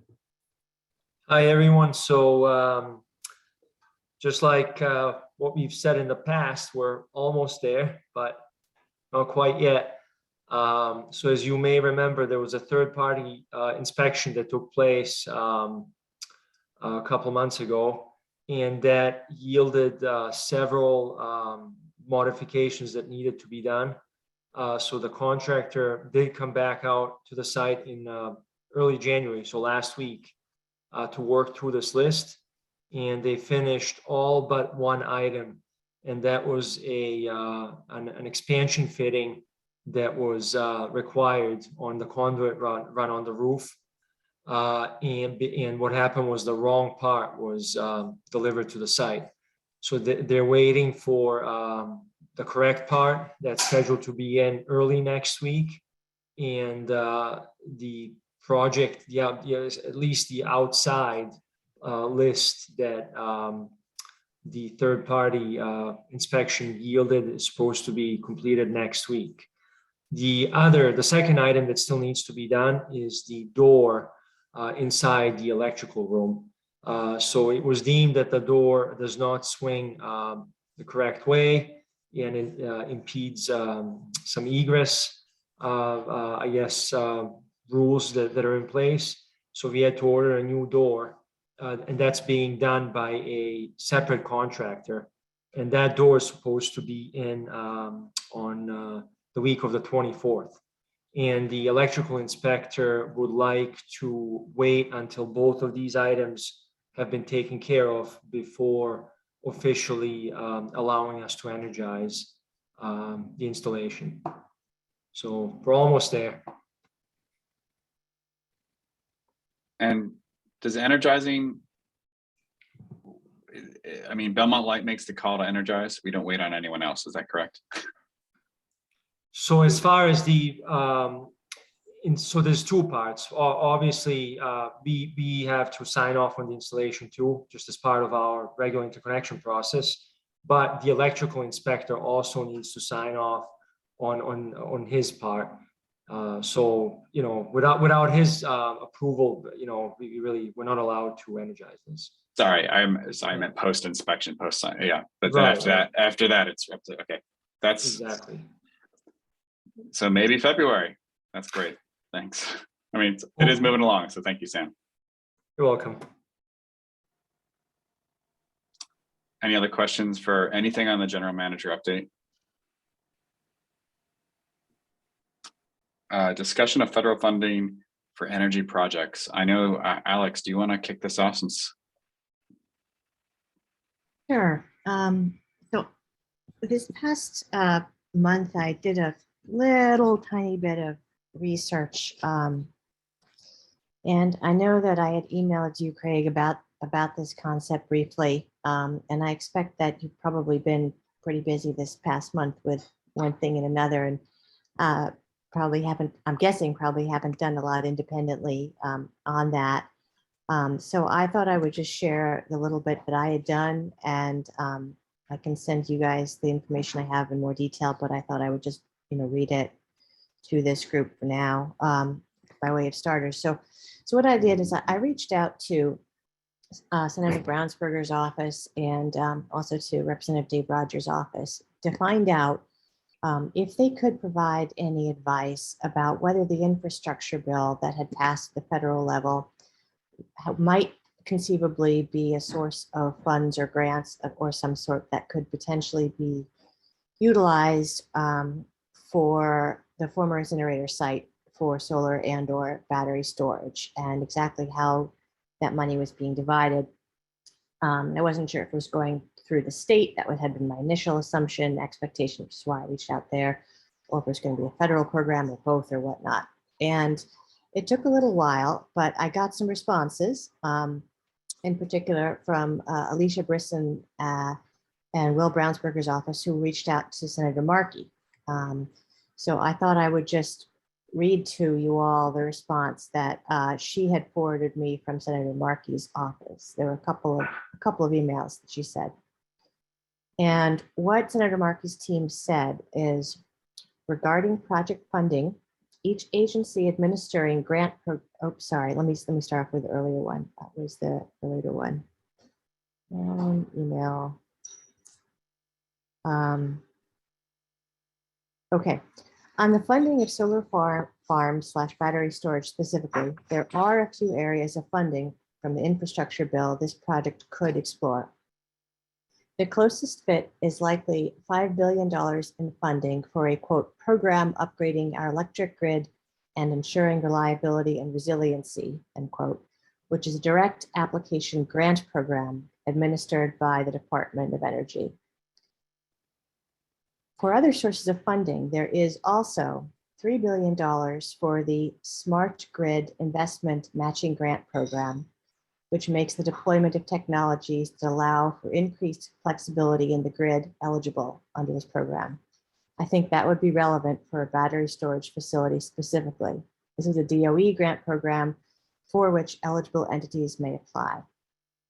$500 million for the State Energy Program to advance state-led energy initiatives. That is distributed formula through the states. And $355 million for a DOE energy storage demonstration projects and pilot grant program, which might be the most relevant to the battery storage element. And Alicia had then inquired about the timeline for specific agencies to develop guidelines for the grant programs. And she heard back again saying that for these agencies, the timeline will likely vary. Right now, most of them, and this was actually, this I should specify, this email from her was December 22nd. So this was going on a month ago now. She said, right now, most of them are still developing their eligibility guidelines for the various programs and grants. And those guidelines will need to be shared publicly before they can begin soliciting RFPs. That process will also be affected by whether these programs have state involvement or whether eligible parties can apply directly to the federal agency themselves. I'd say early next year and into the spring, we'll begin to see applications for these grants open up.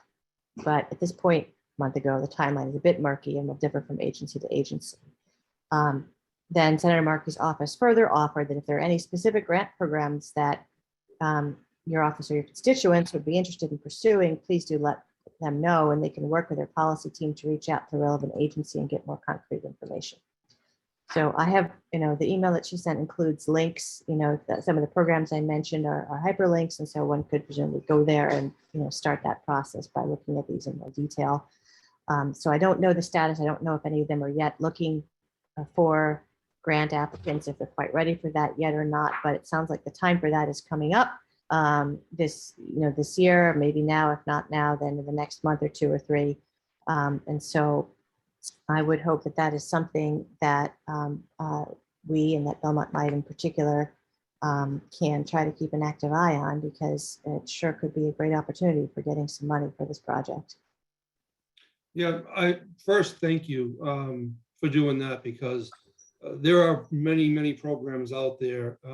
We hear about the high level, the infrastructure bill, but as you just went through, it sets up all these different pockets of money, and right.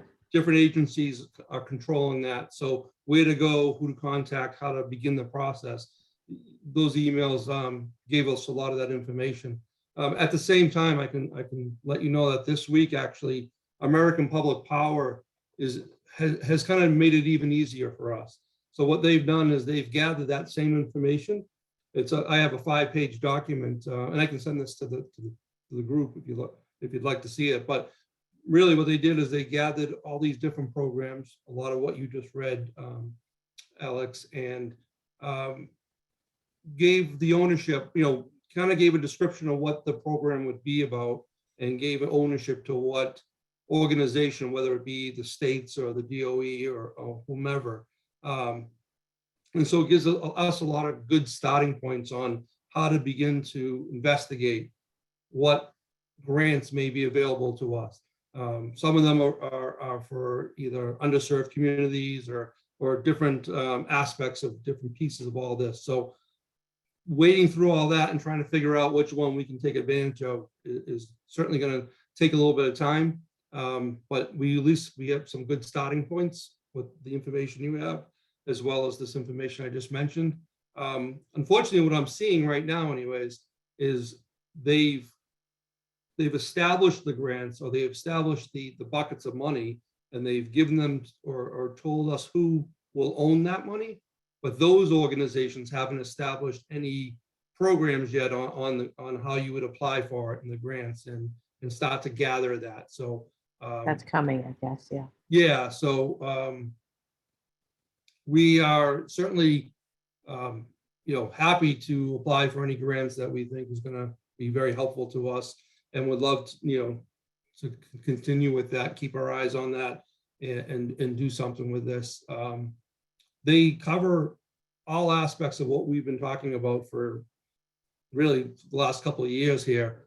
Battery storage, solar, infrastructure build out for reliability purposes, the transportation sector for electric vehicle chargers. I mean, it runs the gamut. So there's a lot of opportunity out there. I would agree, and we definitely want have our name in that ring, if you will. Yeah, yeah, superb. I'll make sure we send out this document that I just alluded to from APPA, American Public Power, so you can see it. It gives I think a very detailed breakdown of kind of some of the information you just read to us. That sounds great. I will forward you my email just on the off chance that there's something in there that isn't in that other document. Maybe there's not, but just in case, I'll have that base covered. Yeah, the more the merrier, as far as I'm concerned. I appreciate it all. Sure thing. Dave, why don't you go first? Just going to add quickly, Craig, if you find that your staff is stressed trying to apply for all these things, there's a woman with a small business that's very successful at applying for grants for towns energy wise, and she has this great record. You pay her a little bit and you get a bunch in grant money. So I'd be happy to pass her name on, and she has a great record if you need. Obviously it takes some time to apply for all that stuff, but she's good at that, manages all that if you're interested. That is exactly what my comment was going to be. Is this sounds like there's going to be multiple pots of money and multiple grants, and in theory you could apply for a storage project from the DOE and a storage project from the HUD or something like that. I mean, so I encourage you to apply for all of these from every pot of money, and knowing that that is a huge ask and not a lot of capacity at Belmont Light. Like, well, Dave, you have a specific person, but I encourage you to find additional capacity to get, because this is, I think, is a basically kind of a once in a decade kind of opportunity, maybe even longer kind of time frame. So yeah, I would welcome that, Dave, that information. Okay. I'll pass on her. I'll pass on her info. Like I said, she has a really impressive record of, she knows how to get this money. Yeah. I think what we will do internally is, we got to put our heads down and really look at the programs that are out there, kind of what our goals are in the near term, really go after, I think, what would be the biggest impact for Belmont Light. And then, and then start to look even further. But, applying for the grants is one thing, and we're talking about maybe being stressed to get, all the applications in, but this money starts coming in, we need to do something with it as well. So we need the people in place to actually take advantage of the grants as well. So, but we're nice problem to have. Yeah. Exactly. So, and I honestly, there's going to be, I think, a push pull kind of thing of get the money out the door, spend it quickly, and also just the speed at which government moves. So even if you applied all on the same day, the money's not going to come back to you on the same day. It's going to be scattered over. So anyway. But I would definitely agree with what you said, Travis, that this feels like almost like a once in a career type of opportunity to get this type of funding. So we definitely want to take advantage of whatever we can take advantage of with it. Great. Well, I appreciate Alex for putting this on the agenda. So thank you. And I don't know if can we just name Craig and maybe Aiden, just as someone else to keep track of this, when there's some agencies putting out, I guess, the rules for who can apply, maybe that we bring this back as a topic to whatever board is existent at that point. I feel it'd be good to kind of discuss and think things through. Yeah, I think that it's kind of what I was alluding to is, you know, as a committee or a board, when we're there, you know, getting our arms around where we want to go as an organization with the direction of the board to really target the right opportunities here. So yes, I think that was my expectation anyways. Great. Discussion of the minimum price offer rule. Is that you, Craig? Sorry. Well, Mike had asked that we put this on the Mike. agenda. I don't know Sorry. if you want to introduce it, Mike, and Sure. we can talk, or if you want me to jump in first. I don't. Yeah, and I don't think we need to spend a lot of time on this. And I think, you know, this, and then also just in general, Belmont Light does have, in addition to our in the town impact, in the region of New England impact in how we vote. For those of you that aren't following sort of wholesale market rules closely, essentially what happened is the FERC commissioner, Chairman Glick, came in, looked at an existing rule that essentially was created and doesn't allow a generating resource that is getting state subsidies to fully compete in wholesale markets. And it essentially says, look, your minimum offer price is actually much higher than what you might bid, because but for these subsidies, it would cost much more for this resource to get built. Without going into all of the details there, essentially Chairman Glick more or less told all of the ISO RTO regions to eliminate that rule. And so we've seen this play out across the Mid-Atlantic and New York and other regions. New England is at the very end of a long stakeholder process in which ISO New England has brought forward their own proposal to eliminate this rule and sort of make some tweaks and adjustments to it. The process by which the stakeholder sort of rule development and market rule changes plays out is there's technical committees. In this case, it was the market committee that has discussed this, I think, for at least the last half year, if not longer. There are many people whose full-time job is to do nothing but attend these meetings. And I think it was yesterday or 2 days ago, yesterday, actually, Jesus, was the advisory vote to remove this. In addition to ISO New England's own proposal, there was a group of largely existing generation owners, thermal generation owners, that had what they called a transition mechanism that would essentially eliminate the MOPR, but take 3 years to do it. There were some serious concerns about, do we actually need this transition? Does this transition just allow for the potential to perpetuate the MOPR? Maybe in 3 years, someone can keep a reason to keep it around, keep it alive. Because I am a New England and NEPL participant, my company, my organization had no involvement, no sponsorship of an amendment, no proposals, no real involvement in this, any different than, say, Belmont Light's involvement here. So I don't think I have any conflict of interest, but I just want to put that out there.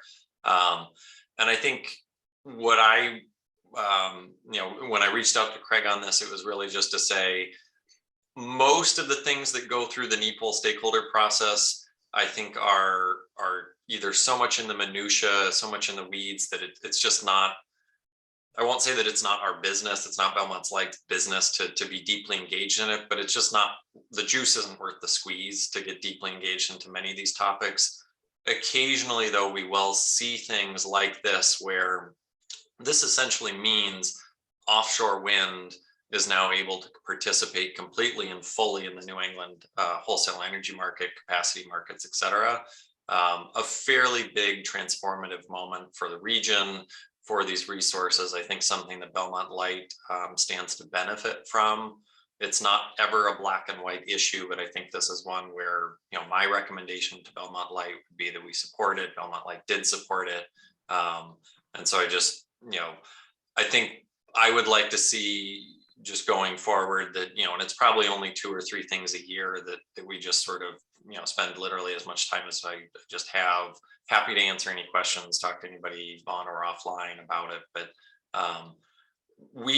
Belmont Light has a voice, and I think, you know, just understanding how we use it, that Belmont Light represents a different municipal light plant than many other municipalities that are in Massachusetts. Many frequently has a different vantage and viewpoint than other E&E members. And so just understanding that the municipal sector tends to vote as a block and they all move together. And I think just for us and for Craig and for everybody to be aware, you know, sometimes we're moving lockstep in total agreement. And I think there are well-aligned positions, and other times maybe less so. So mostly just wanted to raise that, you know, this is great. I think this is a wonderful outcome. ISO New England's proposal was very well supported, strongly supported. There will be a final vote in February. They'll file this with FERC. We'll see how that plays out down in DC, but you know, really just, I guess it's a positive update to say the writing on the wall is good news for new renewable generation. I think this is good news. Belmont Light has a long-term interest in potentially offtake for offshore wind. This helps strengthen that position, helps improve the economics, and just sort of make that an easier process to go through. So that's really all I wanted to note here. Happy to follow up long or short with anybody on anything there, but really just to kind of put a flag on this one, say this one mattered. I think Belmont Light, you know, absolutely in the right position here. But yeah, so just, I think that's all I have. So Craig, if there's anything else you have or others. Yeah, just to jump in, and I agree with you, Mike, about, you know, the 2-3 big items, maybe a year.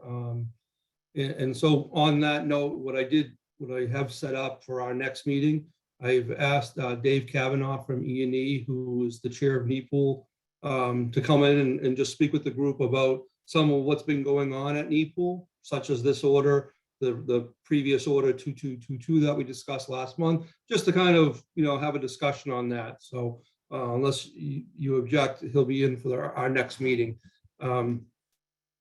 With that said, as Mike said, just to reiterate, certainly Belmont was happy to vote yes for the elimination of the MOPR. The transition, what's the word? The second piece of that, the other vote, the transition one, it was a conversation I would have liked to have had with the group a little bit sooner than the vote was allowing. It's going to come back anyways, probably next month for a vote. But the one thing I think that, you know, for me anyways, as the general manager, it comes to mind is the reliability of our system. And the one thing I want to, you know, be aware of is, you know, there was the ISO had talked about 3 different areas of the country that are susceptible to blackouts or to transmission issues. California, Texas, and New England was the 3rd. And so I think California and Texas have already kind of had their issues. Certainly we are all aware of Texas last summer, this past winter, whatever. So the one thought about this MOPR elimination, at least my understanding of it, of this transition, why it's being or was being proposed, was there's a feeling that the price of bringing these facilities on could drive down the cost, where it's not cost effective for these fossil fuel plants to stay online. As much as that's a good thing for really what Belmont and Belmont Light believes in and wants to see happen, to transition the power supply to a more renewable supply, there's a fear that that could actually create a reliability issue with the supply to New England. So I think those conversations are definitely worth having as they come up. That's why, to Mike's point, this was one of those more important topics. That transition discussion, I guess there was a lot of unferreted information that was still coming out right up to the day of the vote. So we did not support it. We abstained actually from the vote because we didn't have enough information as a sector to vote on that. So whether it comes back or not, we get more information, we can, continue to talk about that in the future. But yeah, I don't want to pretend to have an ounce of the knowledge that Mike has about the NEPL stakeholder process and what have you, because it is very, very detailed. But there's some information there, and one thing I was asked to pass on, and I think it's a good thing, is in Massachusetts in particular, in this process, the Massachusetts municipal utilities have the right to bring on any DER type of project at any time, at any level, without any of the, I'll say, the roadblocks that stop them from coming on, the mitigation efforts that have to go through. So even if the vote for the transition, for instance, passed or is had in the future and passes, it would not stop Belmont Light and any Massachusetts municipal from moving forward with other projects. So in a way, we're kind of exempt from it, but as Mike said, it's pretty detailed, a lot of data there, a lot of information to go through. So we'll have Dave Kavanaugh come in, and I think that it'll be enlightening for all of us just to kind of get a good sense of what's going on at NEPL. That's great. I'm glad to have Dave come in. I've worked with him a lot, and he's a wonderful person and incredibly experienced and knowledgeable on this. So it's, I think, a good touch. I will say that I don't know if that exemption applies, and I don't know that if municipals could build offshore wind, just given the financing to build an offshore wind project. And so I think everything else, smaller stuff, small scale wind, solar, distributed energy resource, et cetera. But offshore wind, someone's got to foot a pretty big bill to get those pylons on the ground. So, but yeah, no, it's a fair point. Yeah, so I look forward to having Dave come in. Any other questions for Mike or Craig?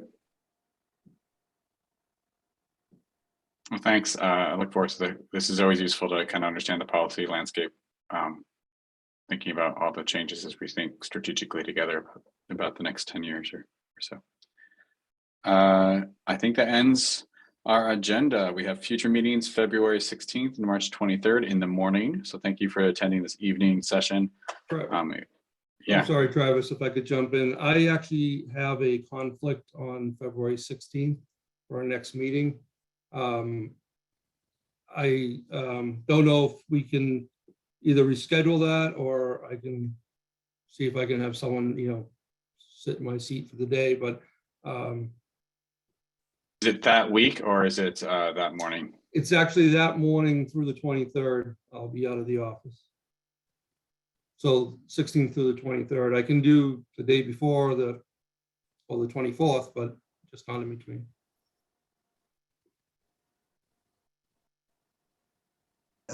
Sorry, I'd be good with the Tuesday, the 15th, I guess it is.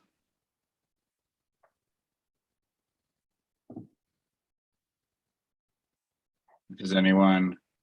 Did you say that was okay with you, Craig, the 15th? Yes, I could do the 15th, yes. I'm looking for objections. I guess silence is a acceptance. So, and John, I can't tell your situation, but please speak up if that doesn't work for you. Tuesday, the 15th in the morning. Okay, so let's do that. I think we at least have a quorum. Works for me. Great. For Tuesday the 15th. And then again, we'll be back on, I guess, our final regularly scheduled Wednesday meeting on the 23rd of March. And that will be, I guess, our last LBAC meeting. Okay.